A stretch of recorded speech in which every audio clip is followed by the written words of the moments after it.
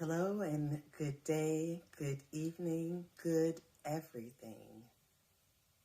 I am Nadiya Aleem, life coach, mentor, and as I would like to say, problem-solving specialist. So I'm here today with GatherVerse at this summit, and I want to talk about your mental wellness. And as a way of conveying this, I will tell a story. But before I get into this story, let me ask a couple of questions. How many of you have found yourself in a position to where you've got all of this mental chatter, this talk where you're undermining yourself? Your mind is playing games on you and is telling you things that you're not good enough, you don't know what you're doing, how dare I attempt to do this? What kind of experience do I have in order to convey this information? I know it happens to me. It's like, I won't say it's a daily battle, but in the beginning, it definitely was a challenge. And how about another question? How many of you have found yourself in a mental fog?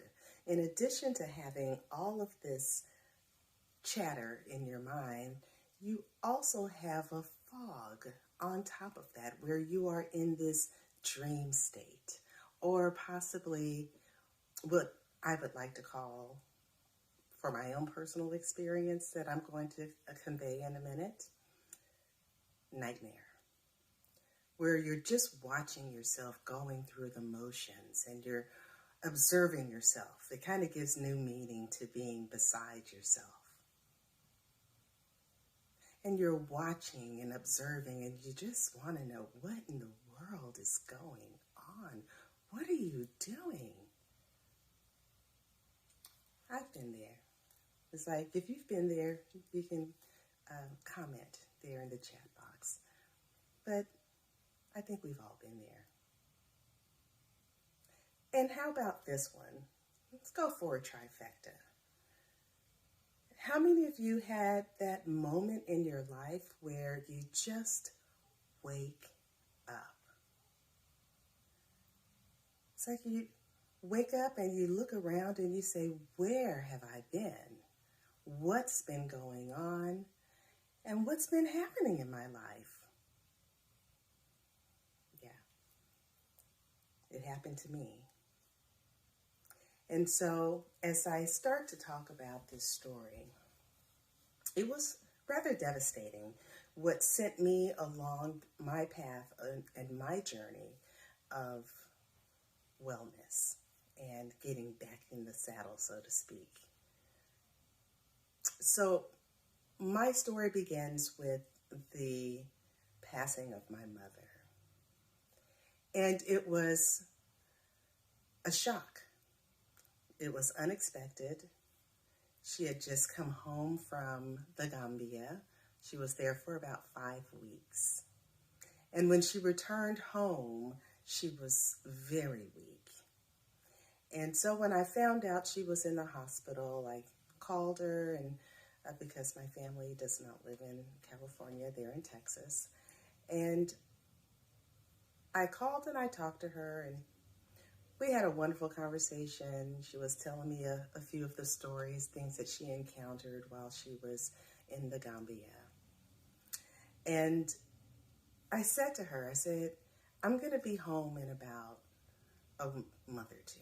It's like I just started a new job and I wanted to, make sure that I had things, in order, before I went on a vacation. And so she gave me this eerie kind of silence as if she knew what was going on.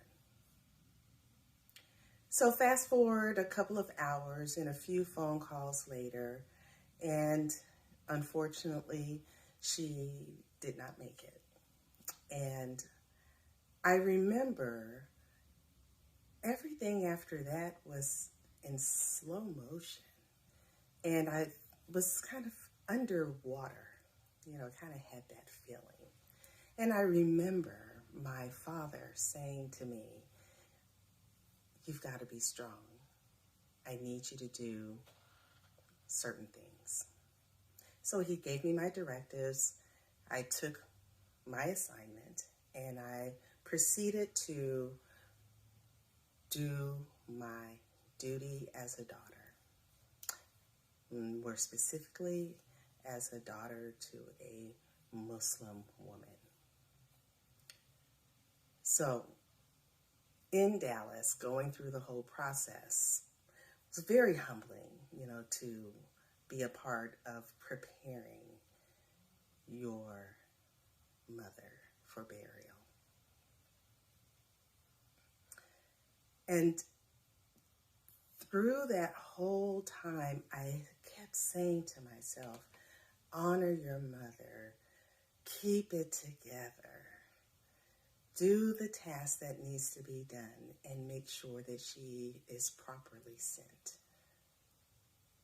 off. Very humbling.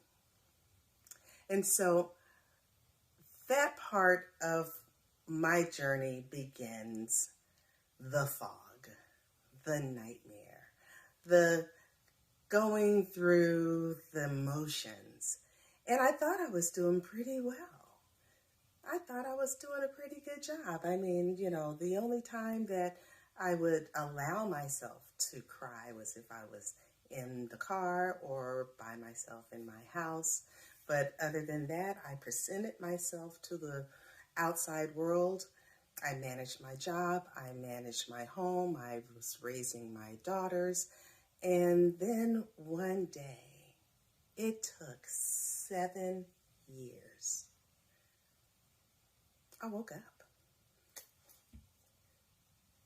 I looked around and I was like, what in the world is going on here? Who is this person and what life is this here that I'm living? I had slipped into clearly depression. And I found myself in a place where I had to start making choices.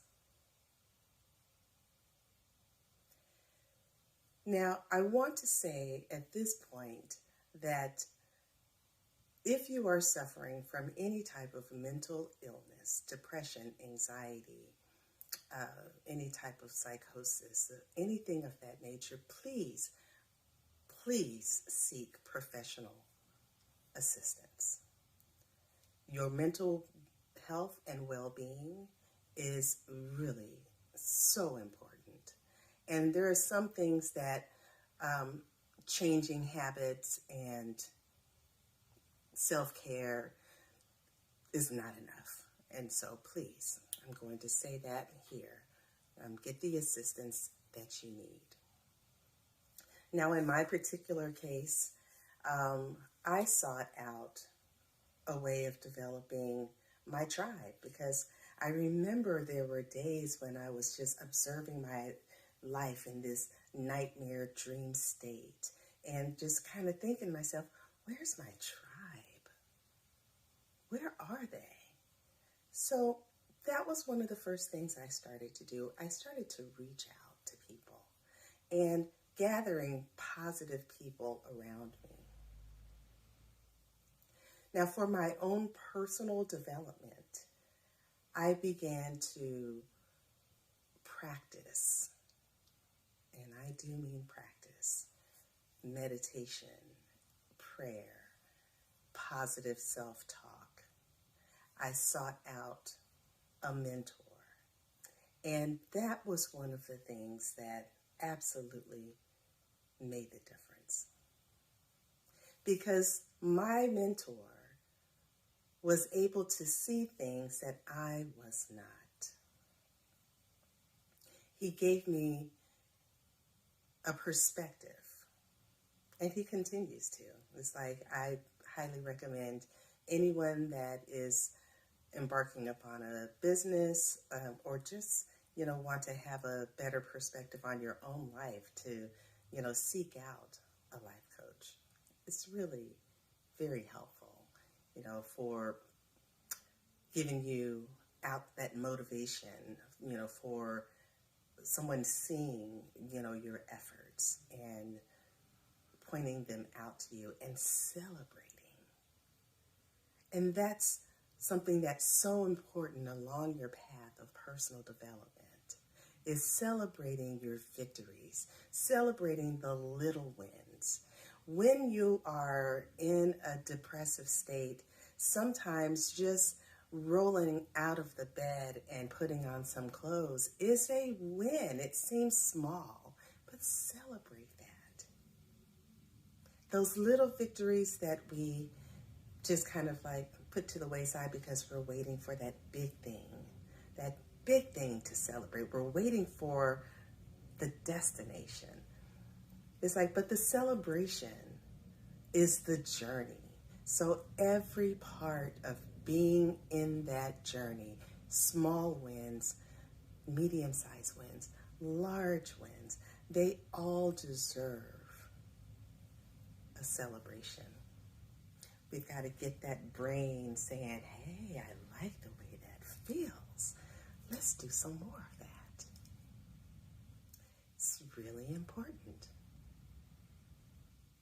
So going back to what I was saying as far as my personal journey, as you start to move forth with waking up and recognizing that you need to make a change, your personal development is extremely important. It is your routine. It is your habit. It's what gives you that motivation for yourself in order to go from moment to moment, hour to hour, day to day, towards your goals. The second thing about moving through from your awakening is learning skills. It doesn't really matter what you do in your life. Learning skills, practicing skills, learning them from someone who understands, who has been through things, it's very important because they will show you and talk to you in a way so that you understand the skills that you need in order to, let's just say, for example, interview. If you have a business, gaining clients.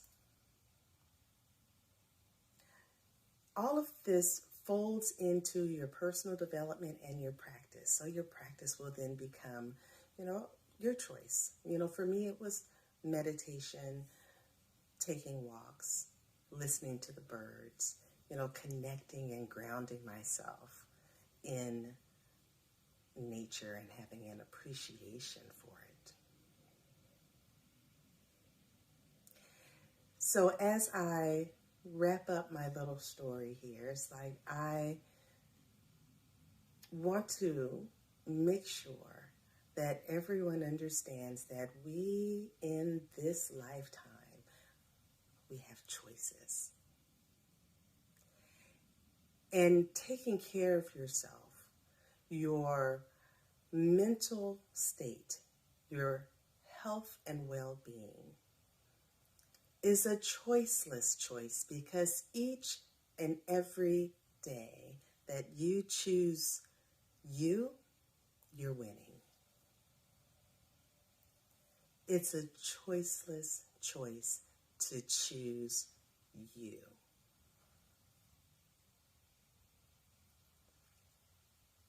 Celebrate your wins. Find your tribe.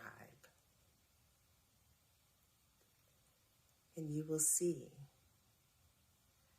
that your dreams will become a reality.